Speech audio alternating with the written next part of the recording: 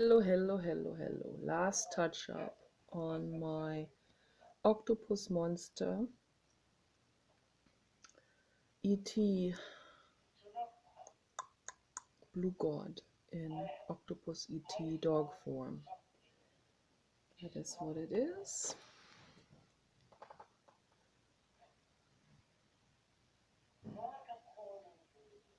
Listening to Jiddu Krishnamurti talking to David Bohm.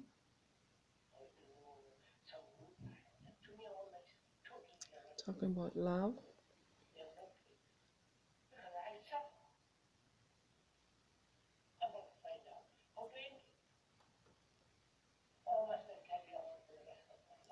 This is almost finished. Just doing very last touch up. Being very meticulous, very picky. This is what I call the fine-tuning phase. When I am doing the very last touch-up, doing the ultimate fine-tuning.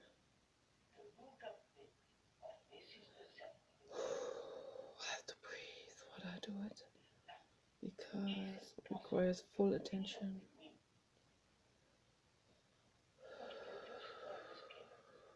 It's a meditation, that's what this is. It's painting meditation.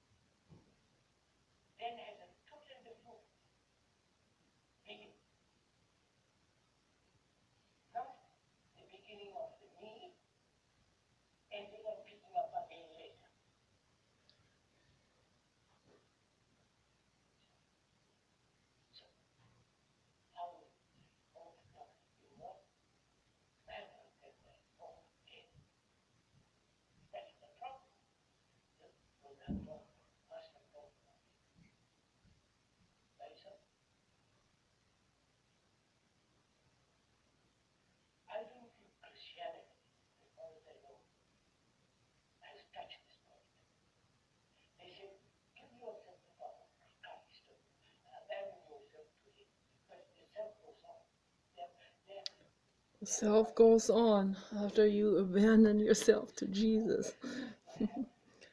And big time, big fat time. Ministers that are murdering their wives, covering it up, cashing in on life insurance, and the list goes on. In the name of religion. And then the jury says, well, that's a man of God. We have to let him get out on parole because he's a man of God. Yeah, right. They don't even know what God is. They think God is the Bible or something. Or Rush Limbaugh is the God who tells you that you go to hell if you vote for Hillary Clinton and stuff like this, working for the corporations. And people believe it instead of looking at what it is. Jeez.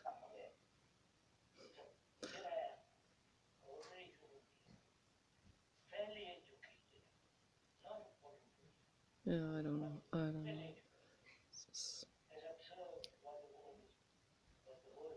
It's pretty frustrating. Yeah.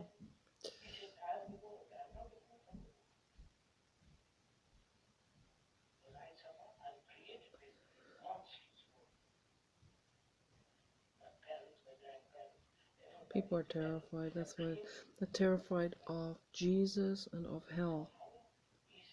There's nothing terrifying about Jesus.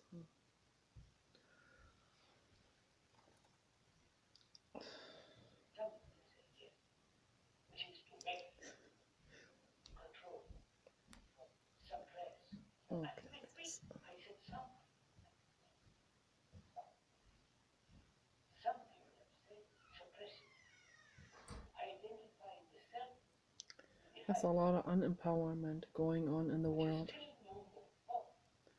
And terrible things happen out of the unempowerment. Wives being murdered because people can't contain their anger. Greed. They do it out of anger and greed. Or both, alternatingly.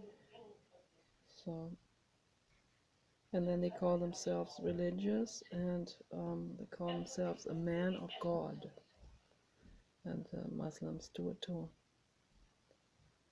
It goes even further. It's even all of this is sanctioned by their religion.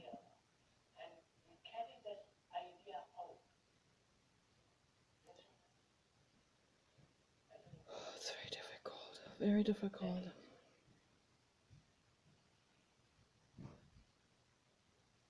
That's why I have to always keep in mind who writes these religions. Criminals write them. Criminals write religions. And then you think that, oh, this is good. No, I'm good because I'm following into the footsteps of the psychopath. I do what the psychopaths tell me to do. Now I'm good. Think again. Oh yeah.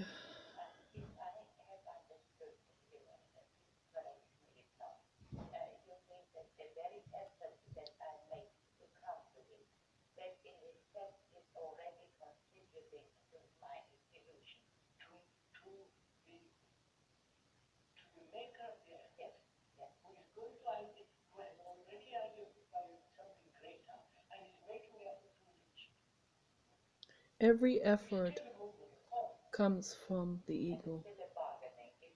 Every effort, every strive we make comes from the ego. Doing something with love, like art, does not come from the ego. If you really get into it, if you really dive into it.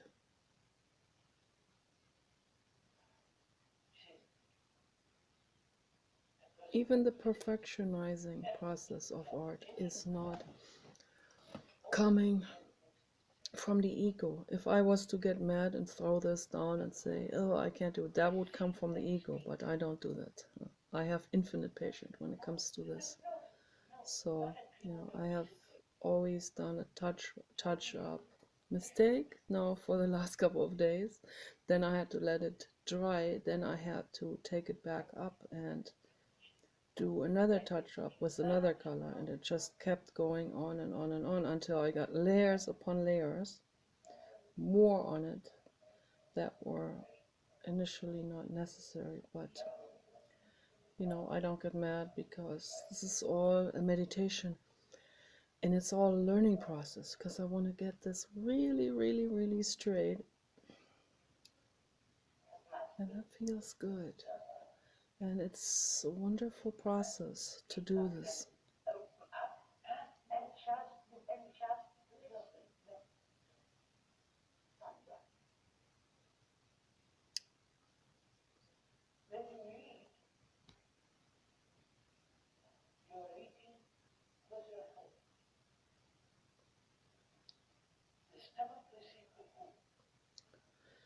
So now, this is almost done. It's just a few more minutes. Then I got the octopus thing done.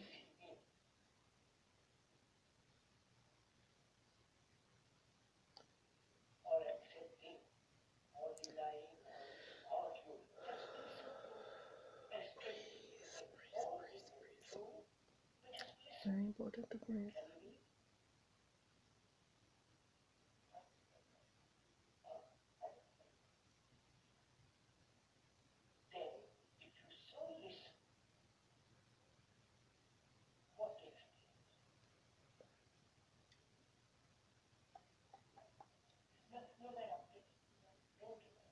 True listening is, Sri Krishnamurti said, when you truly listen, you do nothing to stop seeing.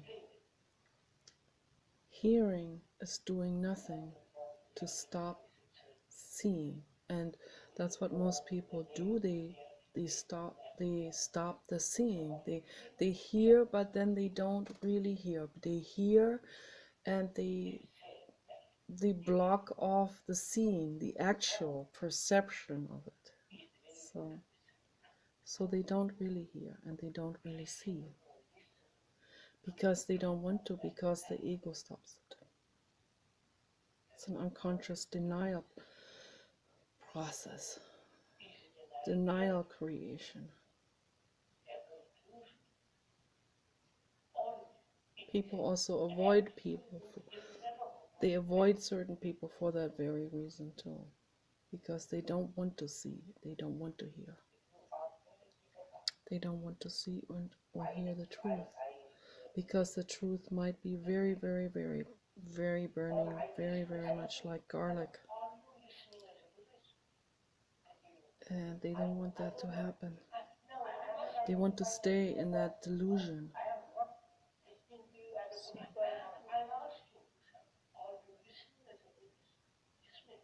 So.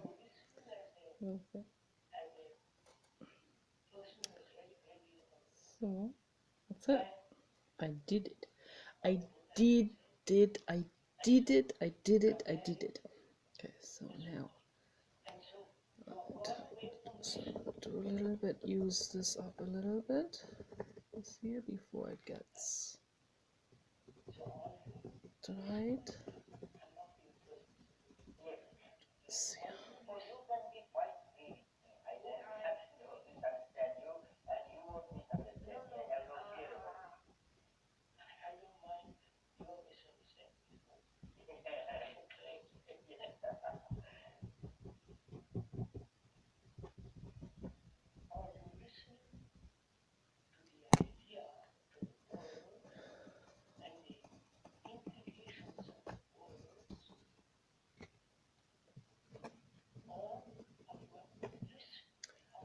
Love is really hearing and really seeing.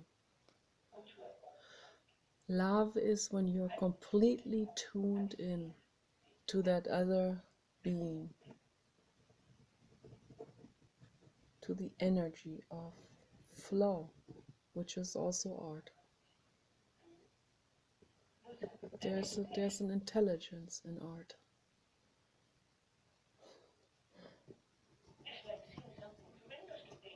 Love is intelligence, by the way. That's real truth and truthful intelligence. That's what love is. It's really amazing. So I'm gonna rest this now. Rest this over here. And it is finished. Yay! I did it! Finally! The final touch-up now did not get messed up again. So now I can let this rest here. And so what do I want to work with? I'm going to work with, I guess I'm going to work with this green. That's a different green. I'm going to work with that green now. So.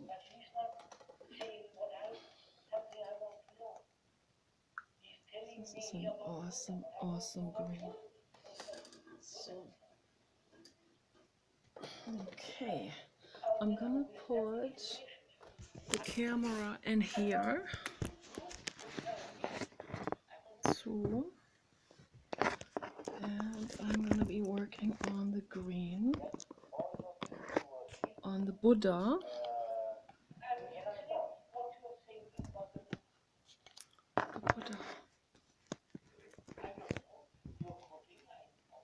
That's the Buddha here. The green formation is the Buddha.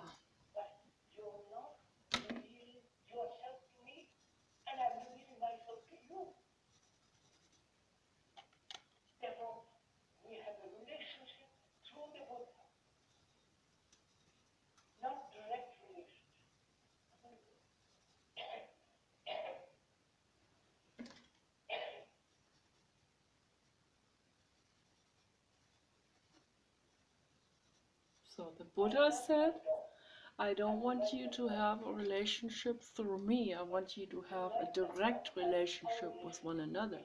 Not through me, or not through a guru or a religion or some identification, But I want you as a living being have a direct relationship with another living being. And that is love. And then you hear and you really see and you really perceive, and you don't see the other through the lens of religion or through any kind of ideation or any kind of idea that you have about that other person. She's a woman and she needs to please me, or she is only good for one thing, or not through that lens, but not through no lens. Direct seeing. This is a living being. I'm a living being. Okay? Not just an object, not just this or that, not just someone to please you, not just someone to nurture you, not just someone to educate you, but another living being. Okay, so that is the message of the Buddha.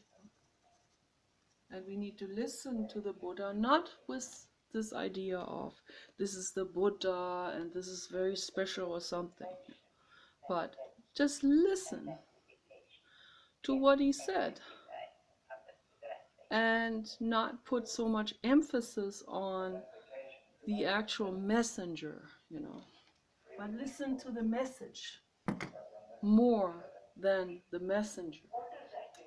And that applies to everyone who has something to say. Everyone. Listen to the message, pay attention to the message, and leave the messenger out. Messenger could be a telephone, could be a tablet. The message is what matters, not the shape or color of the tablet, or the popularity of the tablet, or the popularity of the messenger, or whatever. So the message is what matters. And the message could be conveyed to you by all kinds of different things. It could be all kinds of, it could be anyone, a child, that has that message suddenly, listen, that's what I say, Not say, oh, this is just a child, he doesn't know anything. That's not true. I learned a lot from children, by the way. I have done babysitting. I learned a lot from them.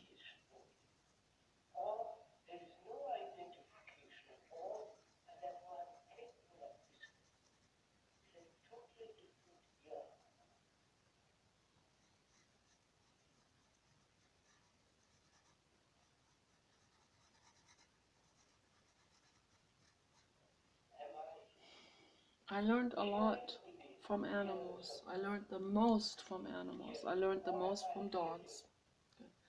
The dogs are my gods. They are my angels. They are my teachers.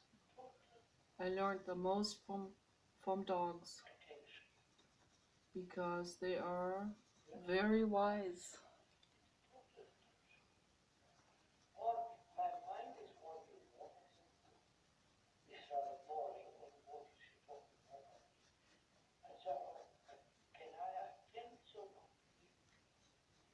I also learned from all kinds of other things. From an ear doctor, I learned something. Yeah. He's no longer in the physical now. A real caring man. Very caring old man. So he said to me, the most loving way, I've ever seen someone talk to me. He said to me, "Kiddo, don't smoke," when I was 18. And I was embarrassed. Every time I crossed this path, I was holding my cigarette behind my back, and I was embarrassed about it. But I wasn't really I wasn't really ready yet, I wasn't ready yet to abandon this entire peer group and all of that, the school, everyone there was smoking, and it was terrible, and it was awful and embarrassing at the same time. And the way he said it to me, "Kiddo," and the way he held my hands, there was just love. That's all it was. Okay. And because of that, he implanted a seed of love in my head. And that seed of love did sprout at some point. And I started to do things, maybe subconsciously or consciously, started to do things that would gear me up towards the final quitting of that horrible thing, the glowing rod. Okay, so when I was 25, I was prepared. I no longer wanted it. It was grossing me out. Okay, and I always thought about that ear doctor, ear, nose, and throat doctor. Okay. Always thought about him. How sweet he talked to me. So sweet. No one ever talked that sweet to me in my life. So, with so much love and so much caring, not in a lecturing way, in a caring. That's what functions. The real love. That's what sinks into us. Is when someone really, really cares about you. You will know. You will know by the energy. And so it wasn't, from 18 to 25, 7 years. It took me about 7 years until I quit. But if he hadn't been there, I may have never quit. I don't know. So I know that his words have helped me. They have given me love, and they have given me encouragement. As a doctor, a physician, that also has some weight. But there can be all kinds of doctors, and they talk mean, and then it doesn't work at all. So because of the kindness and the real caring and the real seeing me, really seeing me, and I felt it. I felt that he was really seeing me. So that helped. That really helped me. And then it became clear, this is not a way of life. You can't live like this. You can't live like this, destroying your body and your lungs and all of this. You can't live like that. You can't live with all these toxins. It's not going to work. So by 25, I was able to quit. I was waiting for a space at the university, and I decided I'm not going to go into the university with the glowing rod. Okay. I know better than that. I was also really embarrassed about it. And all of this, it was bad on all levels. So, and then I was able to throw 18 cigarettes in the package, throw those all into the trash can. And it was almost like a symbolic act also. What it meant was I didn't smoke the package first and then throw it away. I threw the whole package away. I didn't give it to anyone else either. I threw the package away. in the trash. That's where it belongs. So, yeah. And I was able to, with the help of that ear doctor, with the lab, the help of my inhalator. I had a bronchitis inhalator, and that helped me a great deal. And it was like a substitute. And the perfume oils from Dr. Hauschka, the lavender and the rosemary from Veleda, those wonderful essential oils. And there's a specific energy in those that are very, very, very healing, because it is done through the biodynamic harvesting and processing. And I recommend to people to look into this, because it's very interesting. And they don't use any preservatives or any chemicals. It's all plant, clay, oil, from Mother Earth in its raw form, in its whole form. There's nothing isolated, there's nothing separated, there's nothing added. It's not synthesized. It is in its pure raw form, and that's what Rudolf Steiner said works, and it does. That helped me, and most of all, my Great Dane Mausespeck. So those were all my helpers. Mausespeck, Rudolf Steiner, the ear doctor, good people, And also my friend Katja. I had a very, very sweet friend.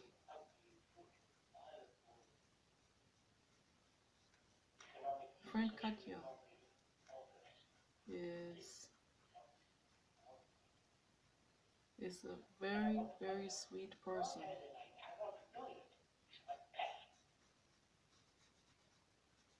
Helped me a lot through high school. With her friendship, meant a lot to me.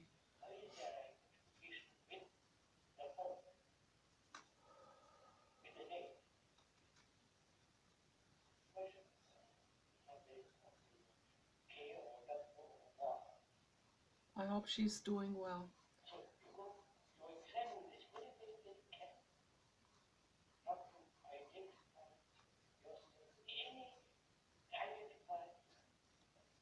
Because she had already quit smoking. I had some other very sweet friends, and I left them for a while as I was transitioning completely away from. You have to really break away from those people that still do the habits. You have to, even if they're nice and sweet, you have to do it for yourself. And I love my friend Monica very deeply. And then later on, she was able to quit too. This is the coolest thing. So,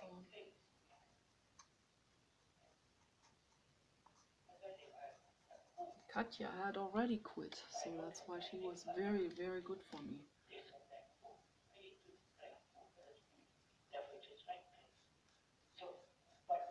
Was very, very, very, very much a good sister.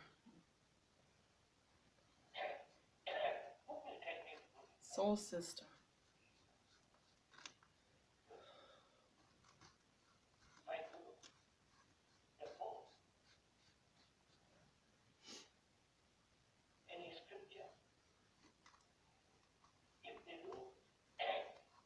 We need real good and solid friends in order to quit the bad habits that are not good for us.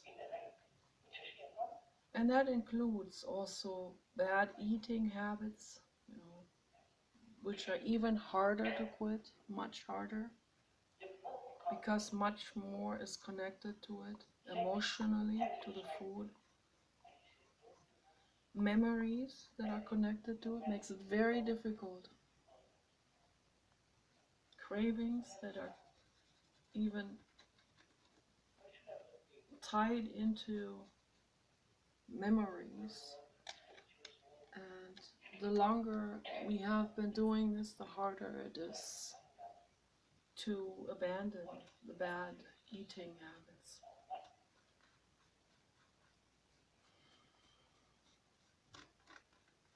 But when we intellectually realize and we see the consequences of the bad food, then when we really realize it, then it is easier, because then we know we have to figure out alternatives to take their place. And there are alternatives for everything.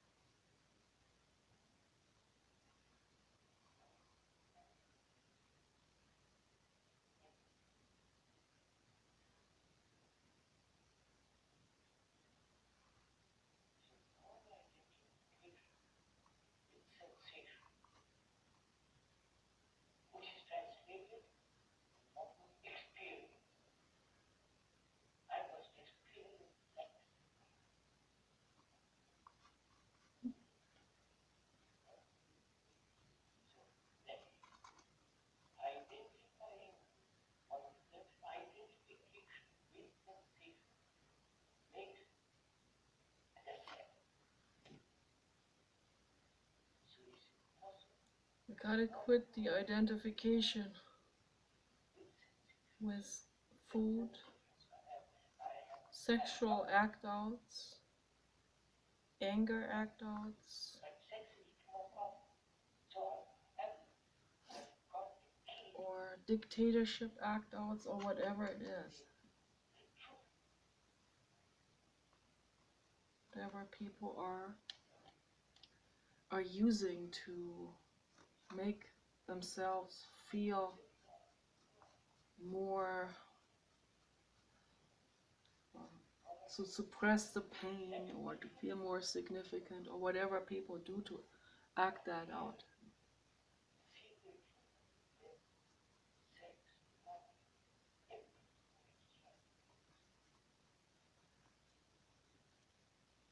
So things have their right place, when we do it out of respect for others, when we do it within the framework of respect for others, within the framework of love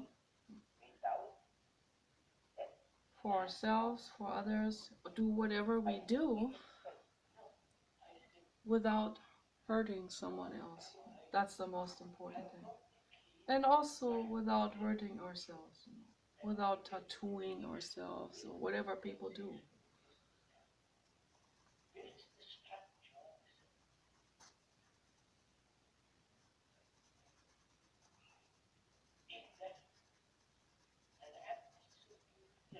Being good to yourself and other living beings.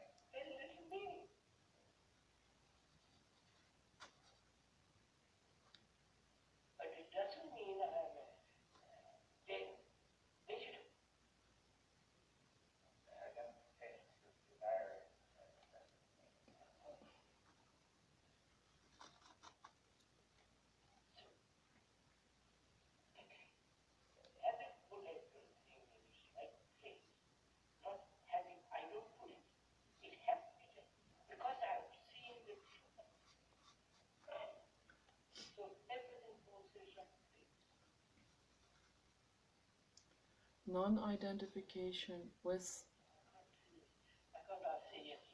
everyday life activities.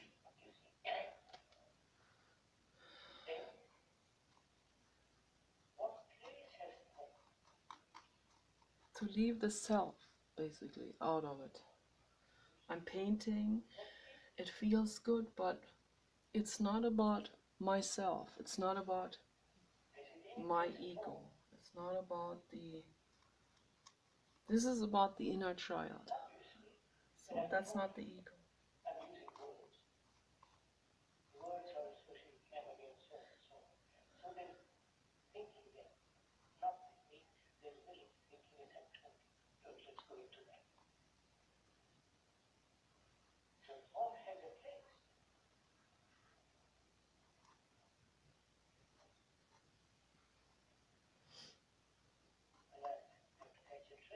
I know when my ego happens. It happens. You know, when I get hurt emotionally, that's my ego. And it's important to remind ourselves that it is the ego and nothing else. And we shouldn't be beating ourselves up over it. Just say, hey, that's the ego. It's not a big deal, it's the ego.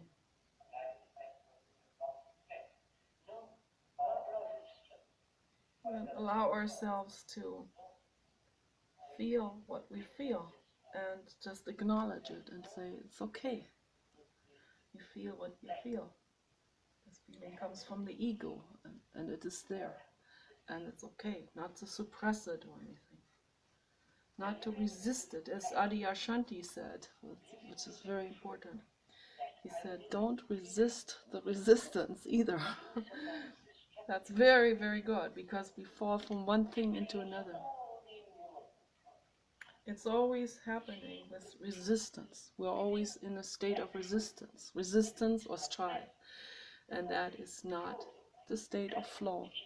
That's not the state that Esther Hicks calls the vortex. So if we want to get into the vortex, we have to get into the flow. And that is total acceptance of that what is in that moment. And when you're in that state, things will come to you. The things that you want, the things you wish for. It's true. I have experienced this totally in my own life. So I know it works 100%. Esther Hicks gets misunderstood a lot for very understandable reasons.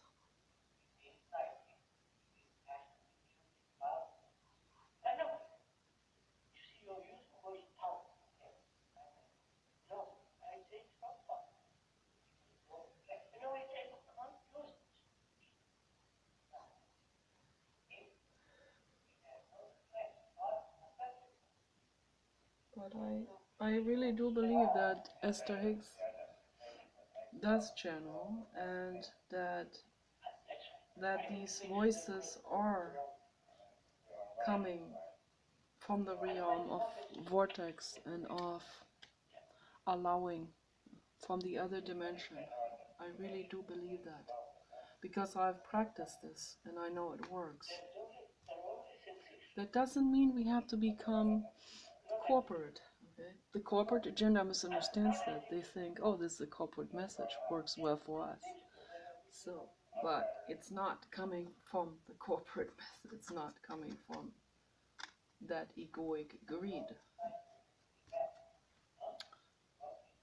So we need to be good to ourselves, and we also need to be good to others. Always remember that. The corporate agenda is only thinking in terms of profit maximization. That is not necessarily being good to themselves. Someone who gambles 24 hours a day is greedy, and that's not good for them. That's not good for their body. Someone who is a stock market gambler is doing the same thing. It's not serving his own body. When they go, oh, the heck with it. I just take, what's this drug called? um, something like metamorphin or something. No, I forgot the name, but metofil or something. Some real horrible drug that keeps people awake. That may serve their corporate agenda, and to keep on working and working and working, making more and more money. But it's not good for them. It's not good for their bodies. So they're not good to themselves. I see this all the time when I talk to people on the internet. They're not good to themselves. Being good to yourself is you let yourself sleep naturally, without some drug inducing, without caffeine, without uppers or downers, without any substance. Live a holistic life and sleep a lot. That's being good to yourself. And then out of that health, out of that come healthy thoughts and recognition and clarity and all of this. Not out of a state of being in a frenzy, at the stock market or whatever, gambler or trying to sell things, playing poker or whatever. That is not a healthy state. Nothing positive comes out of those states of greed and corporatism and profit maximization, ripping customers off. Nothing good comes out of that. It has no long-term stability at all. Neither for your body, nor your brain, nor your own business. That's the fact.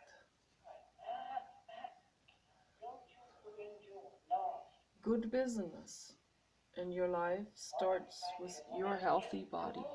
It's true.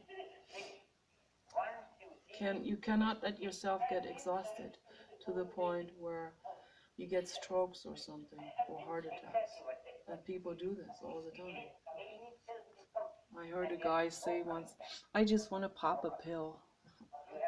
I mean, he literally said that to me. I was shocked. So, that's not being responsible. Responsibility is when you take care of your health. When you stop doing what makes you sick. That's responsibility. Not make you sick and then pop a pill. It doesn't work that way.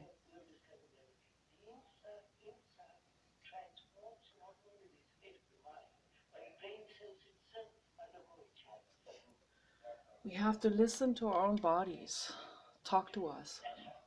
Our bodies talk to us. If we really listen and stop what we're doing and listen to it, really listen to it. In meditation, the body will talk to us and will tell us what it needs. Food, sex, love, foot massages, conversations, going for a walk with the dog,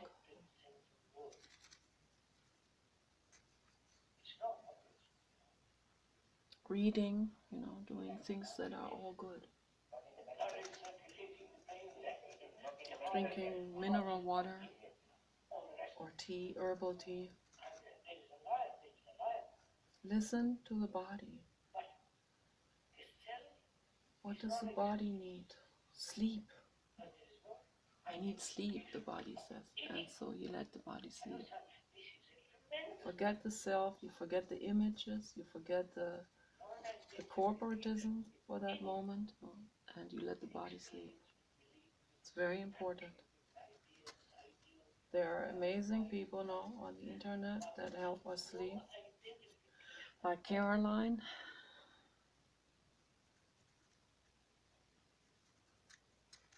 ASMR. Autonomous sensory meridian response.